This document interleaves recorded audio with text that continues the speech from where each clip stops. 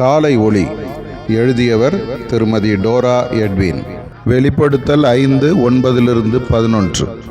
அவர் 5ஆம் முத்திரையை உடைத்தபோது தேவ வசனத்து நிமித்தமும் தங்கள் கொடுத்த சாட்சி நிமித்தமும் கொல்லப்பட்டவர்களுடைய ஆத்துமாக்களை பலிபீடத்தின் கீழே கண்டேன்.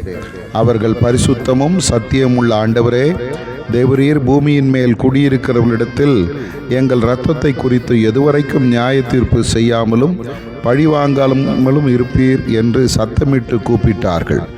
அப்பொழுது அவர்கள் ஒவ்வொருவருக்கும் வெள்ளை அங்கிகள் கொடுக்கப்பட்டது. அன்றியும் அவர்கள் தங்களைப் போல கொலை செய்யப்பட போகிற மக்களாகிய தாங்கள் உடன் பணிவிடைக்காரரும் தங்கள் சகோதரருமானவர்களின் தொகை நிறைவாகும் அளவும் இன்னும் கொஞ்ச காலம் இளைப்பாற வேண்டும் என்று அவர்களுக்கு சொல்லப்பட்டது.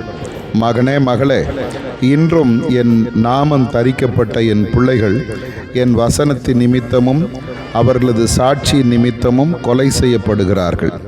இந்த பூமியின் மேல் நடக்கும் எந்த காரியமும் என் கண்களுக்கு மறைவானவைகள் அல்ல. குற்றமற்றவருடைய இரத்தம் இந்த பூமியை சாபத்துக்குள்ளாக்கி இருக்கிறது. மனிதனுடைய இருதயம் கடினமாகி இருக்கிறது. பணபலம், சரீர வலிமை உடையவர்கள் வஞ்சிக்கப்பட்டு நடக்கிறார்கள். என் வருகை மிக மிக சமீபம். உன்னை பரிசுத்தப்படுத்து, பரிசுத்த ஆவியினால் நிறைந்திரு. ஆதார வசனம்: அவருடைய கோபாக்கினையின் நாள் வந்துவிட்டது, யார் நிலை நிற்கக்கூடும் என்றார்கள். வெளிப்படுத்தல் 6:17.